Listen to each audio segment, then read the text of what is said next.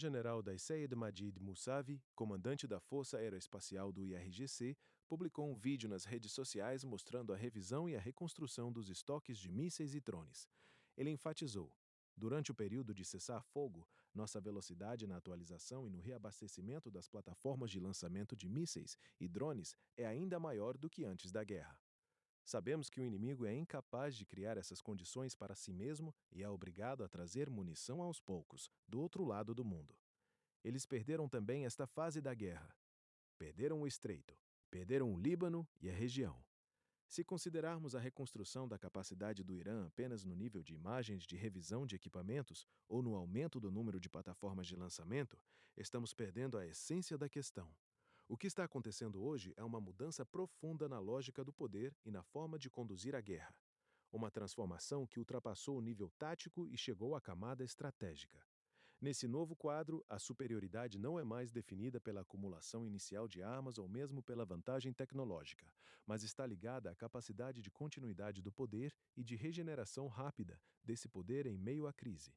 As guerras modernas, especialmente em ambientes regionais complexos e com múltiplas camadas, são menos uma disputa pelo primeiro golpe e mais uma competição para sustentar o poder ao longo do tempo. Experiências recentes mostraram que muitos exércitos conseguem desferir golpes pesados no início, mas o que se revela decisivo é a capacidade de superar a fase de choque e entrar na fase de desgaste, atrito. É nessa fase que o entusiasmo inicial das operações diminui e as duras realidades da logística, suprimento, reparo e reconstrução se impõem. É aí que a diferença entre exibir poder e poder sustentável fica evidente. Ao longo dos anos, especialmente sob condições de pressão e restrições, o Irã foi obrigado a redefinir essa equação. O resultado desse processo é a formação de um tipo de capacidade que pode ser chamada de resiliência operacional.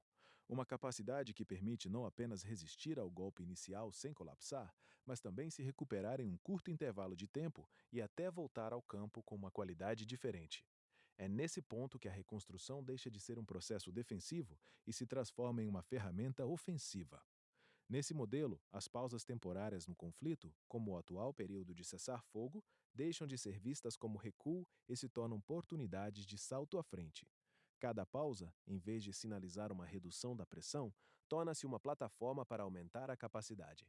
Essa mudança de significado é fundamental, porque, se o lado oposto continuar a enxergar o campo de batalha pela lógica clássica da guerra, interpretará essas pausas como um sinal de ameaça menor, quando, na realidade, a próxima onda de poder está se formando.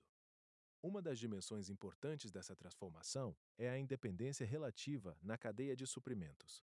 Guerras prolongadas dependem fortemente da logística, e qualquer interrupção nessa cadeia pode paralisar até os exércitos mais poderosos. Um lado que depende de rotas longas, complexas e vulneráveis para atender às suas necessidades enfrenta uma limitação estrutural na prática. Mesmo que essas rotas funcionem bem em condições normais, elas rapidamente se tornam pontos fracos em uma crise. Em contraste, estruturas que se baseiam em produção nacional e em redes distribuídas e flexíveis desfrutam de uma grande vantagem. Conseguem reagir mais rápido, substituir ativos com maior agilidade e se adaptar mais rapidamente a novas condições. Essa diferença é decisiva, especialmente em guerras de atrito. Nesses conflitos, a pergunta central não é quem é mais forte no primeiro dia, mas quem ainda é capaz de continuar no centésimo dia. É aí que o conceito de velocidade de reconstrução se torna um dos principais indicadores de poder. Se um lado consegue repor seus recursos mais rápido do que os consome, ele entra efetivamente em um ciclo ascendente, um ciclo no qual cada rodada de confronto leva a um aumento relativo de seu poder. Por outro lado, um lado cuja taxa de consumo supera sua taxa de reposição, mesmo que tenha vantagem no curto prazo, sofrerá desgaste no longo prazo. Esse desgaste não se manifesta necessariamente de forma súbita. Ele se revela gradualmente, no encolhimento das opções, no aumento da cautela nas decisões e, por fim, na aceitação de limitações indesejadas. Nesse contexto, a dimensão psicológica da guerra também ganha importância especial. A reconstrução rápida e até acelerada das capacidades não é apenas uma realidade técnica, é uma mensagem. Uma mensagem transmitida tanto ao lado adversário quanto à opinião pública. Essa mensagem indica que os golpes não alcançaram seu efeito final e que a estrutura de poder continua capaz de se reparar. Tal mensagem pode influenciar seriamente os cálculos do lado oposto. Se a percepção se consolidar de que cada golpe só leva a uma reconstrução mais rápida, o incentivo para continuar o mesmo padrão de ataque diminui e a dúvida toma seu lugar. Além disso, essa situação pode levar a uma mudança no nível estratégico.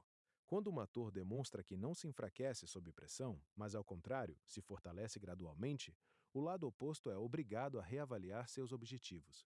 Metas inicialmente pensadas para uma vitória rápida ou para um enfraquecimento severo tornam-se progressivamente mais realistas com o tempo e, às vezes, se reduzem a mero gerenciamento de crise.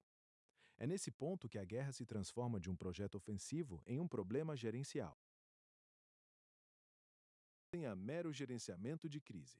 É nesse ponto que a guerra se transforma de um projeto ofensivo em um problema gerencial. Outro ponto importante é a conexão entre o campo de batalha visível e o bastidor invisível.